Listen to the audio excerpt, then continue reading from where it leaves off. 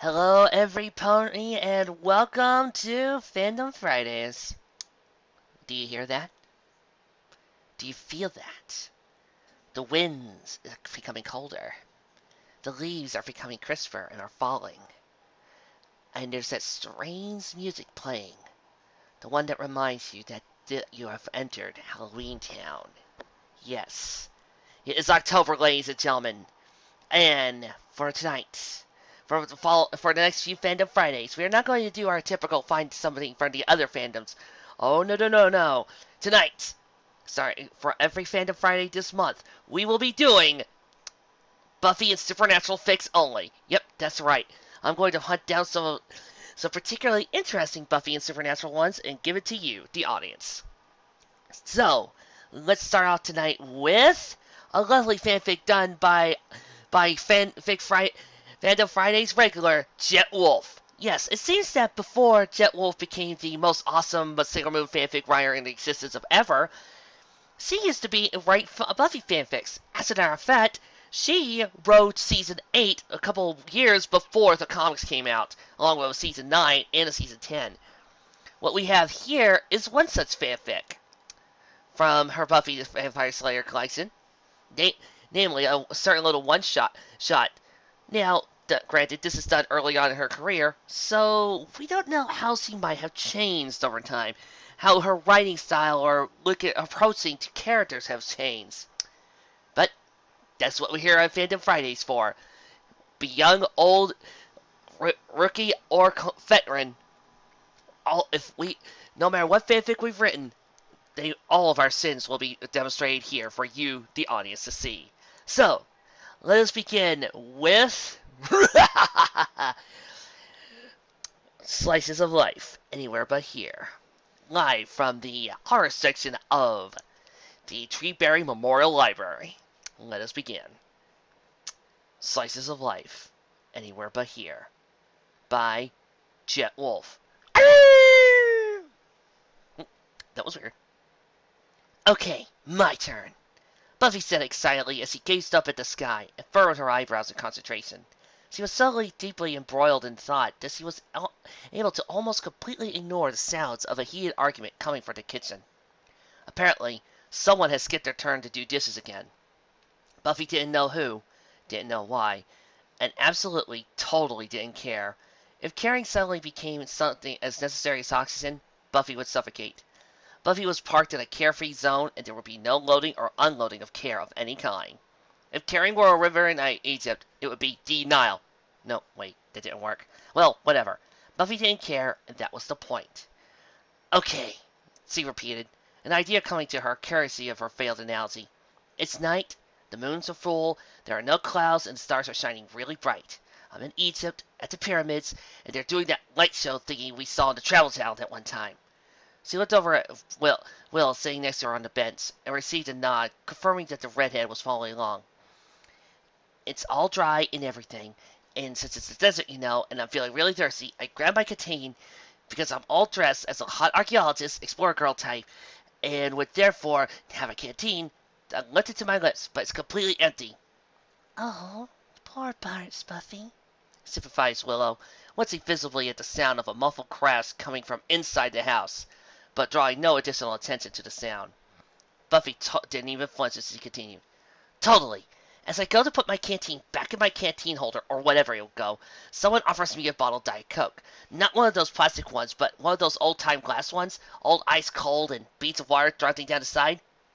I look up, and it's Jude Law, complete with 5 o'clock shadow. Buffy added with pride. Willow gave Buffy an approving grin.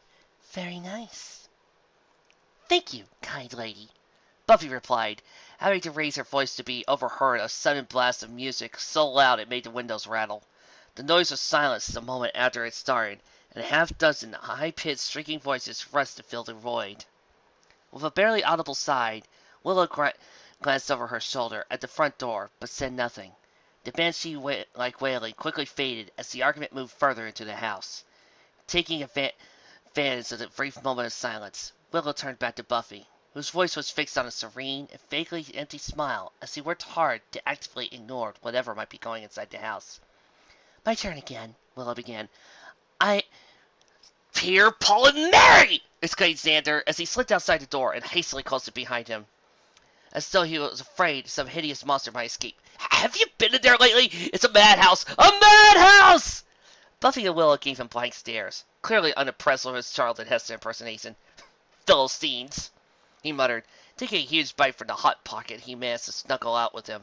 He moved toward the porch railing, across from the bench, and leaned his back against it, facing his friends. So, what are my two favorite girls up to? We're playing anywhere but here, Buffy supplied, her voice bright and straight for the effort of ignoring anything else but the game. Willow looked at Xander and nudged her head toward the house, and then shrugged, with a, "What else can we do, Jester?" Xander grinned around a mouthful of pastry and listless feeling. Ooh, he said, not caring he was spraying crust anywhere. Amy Yip at Waterslide Park, Willow and Buffy said in unison with the same flat monotone. Xander blinked and swallowed. It's always Amy Yip at the Waterslide Park. Honestly, Zan, is there nothing else? Willow turned to Buffy, finally concerned. Do you think we should be worried? I mean, the lack of imagination alone. The Slayer turned to a slice-jawed Xander and eyed him critically. Maybe Amy Yip is really a demon, and that's why he's so obsessively attracted to her.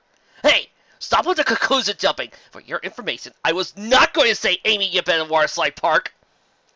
Xander said indignantly as he ignored the disbelieving looks. I was going to say Natalie Portman! The two girls simply stared, saying nothing, at the Waterside Park. In here, I was afraid he was lacking imagination. You can't use Natalie Portman anyway, Buffy stated. Willow already picked her. The witch beamed at Xander, who waved dismissively at her general direction. I wasn't here, so it doesn't count. Natalie Portman, Waterslide Park. Next! Willow opened her mouth and was interrupted for a second time by a thin, nasal whine coming inside. Nobody ever lets me finish, she growled darkly under her breath. All right, who took my last pot pocket again? Andrew's voice demanded. Buffy and Willow glanced over at Xander, who quickly stuffed the rest of the snack into his mouth. He tried to look innocent while chewing and failing miserably, but Andrew contained his berating for those inside the house. The three friends rolled their eyes simultaneously as Andrew began a diatribe about courtesy, the purpose of food labeling, and how at the very least some food thief could do was throw the empty box away instead of putting it back in the freezer. Xander clapped his hands together after wiping his shirt free of any incriminating evidence. So, Will, your turn, right? Lightning speed round. First anywhere here, deposit to your head. Go! She didn't hesitate. Me and Tara and Devin. There's this hill about a 10-minute walk from my room in the Coven. It's beautiful, all green and eagerly. You can see for miles and miles. I used to go up there every day. Will smiled fondly at the memory. Tara always wanted to visit England. She would have loved it there. Will's voice held a twinge of sadness, but the pain clearly lessened to the point where she could remember Tara without drowning in grief.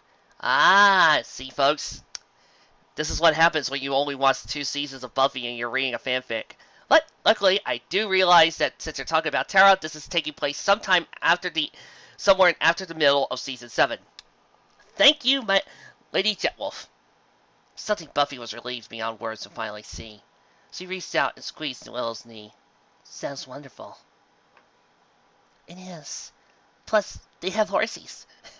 Tara loved horses. God knows why. Xander smiled warmly at Willow's answer, equally pleased with and proud of her progress. When a voice he didn't recognize rang out from inside the house, another and then a third quickly followed it. The moment was completely shattered, and he turned to Buffy, eager to resume the distraction. You're up, Buff, sir. She didn't answer. Buffy simply sat sideways on the bench as her eyes twitched in fantailery, staring straight ahead at nothing in particular.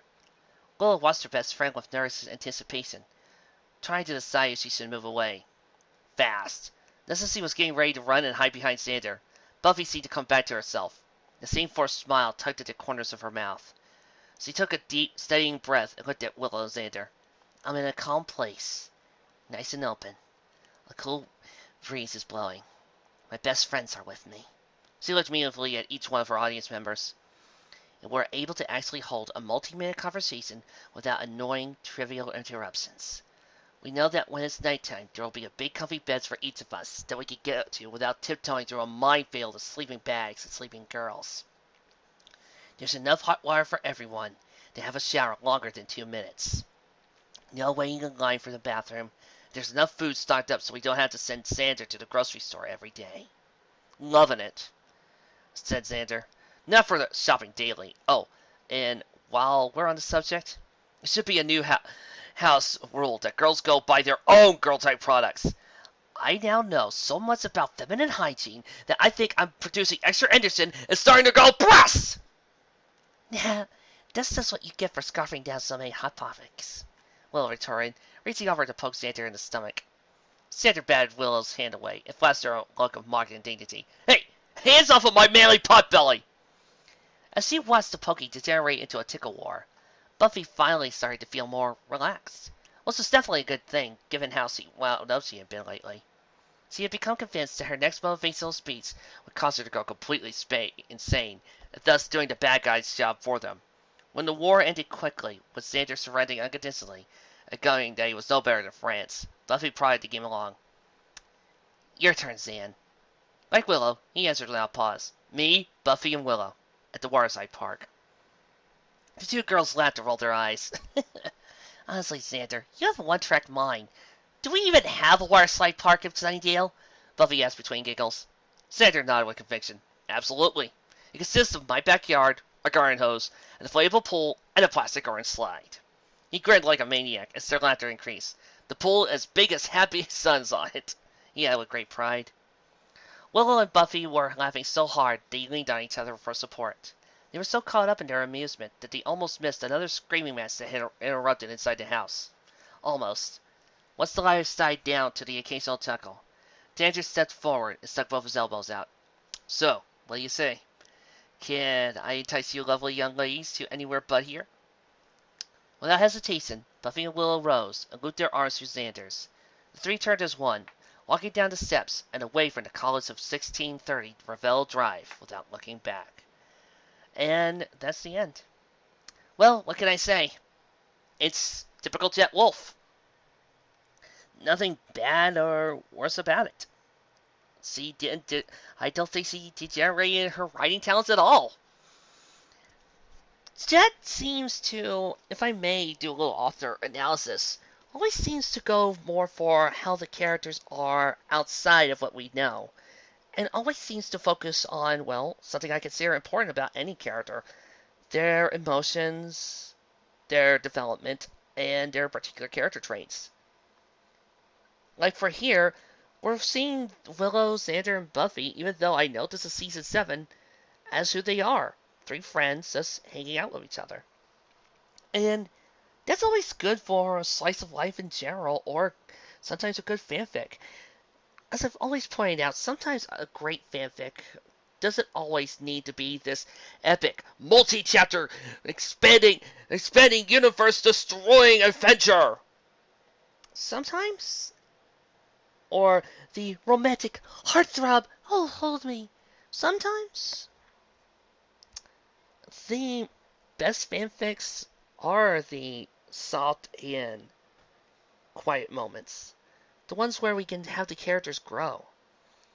This helps out a lot because this helps us see the author showing, yes, we know these characters have had awesome adventures.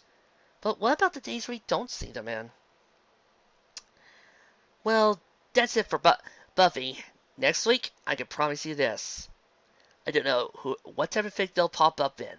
Might be Slice of Life, and it might be Grimdark. But I can assure you, next week, the boys are back in town. As we watch the wayward sons of Sam and Dean going off on another adventure. For the first time here on Fandom Fridays, we're going to do Supernatural. I'll see you next time, audience.